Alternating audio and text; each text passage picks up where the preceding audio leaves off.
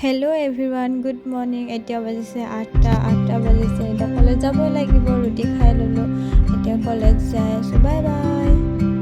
কলেজত যাই কি কৰোঁ দেখাই আছোঁ। আহি পাই দেখিলোঁ যে বাণিজ্য মেলা হৈ আছে, তাকো দেৱালীৰ কাৰণে। কমাৰ্চ ডিপাৰ্টমেণ্টৰ ইমান ধুনীয়া ধুনীয়া গ্ৰন্থ উপন্যাস ওলাইছে। এয়া দেৱালীৰ কাৰণে লাইট ওলাইছে, হাতেৰে বনোৱা কিটচেন আৰু মমবাতি চব মানে হাতেৰে বনাইছে। ফুল ৰ'জ আৰু কিবা কিবি বনাইছে। জয় জুবিন দা ফটো বিক্ৰী কৰিছে। জুবিন দা গান মানে আজি চব দোকানতে মানে বজা হৈ আছে। কি ক'ম, এয়া ছোৱালী মানুহৰ কাৰণে কেপেনা আৰু এয়া ভগৱানৰ ফটো। আচৰিত বস্তু এটা মই দেখা পালোঁ। কি জানেনে, 10 টকাত কোনোবাই ৰবাব টেঙা খাই পাইছেনে? ফুচকা, ইয়াত চাকি দেৱালীৰ কাৰণে, ইয়াত চাট আৰু চৰবত।